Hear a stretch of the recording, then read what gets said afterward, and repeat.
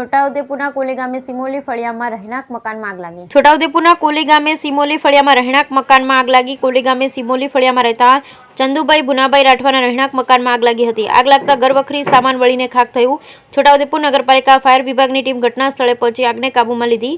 નગરપાલિકા ફાયર વિભાગની ટીમે રહેણાંક મકાનમાં ભરેલ એલપીજી સિલિન્ડરને બહાર કાઢી મોટી દુર્ઘટના થતા અટકાવી. Bureau report Rehan Patel, Chhota Udepur.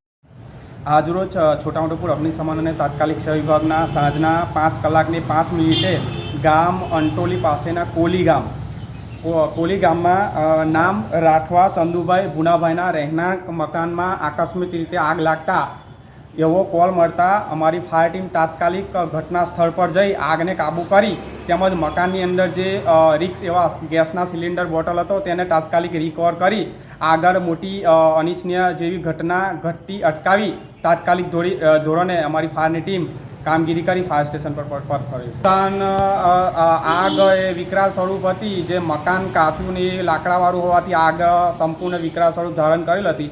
પણ જે તે ફાયરની ટીમ તાત્કાલિક ધોરણે ઘટના સ્થળ પર જઈ આગને કાબૂ કરી આજુબાજુ આગને ફેલાવતા અને મોટી જાનહાનિ થતાં અટકાવેલ છે. નામ Gohil Yuvrajsinh Pratapsinh, station fire officer.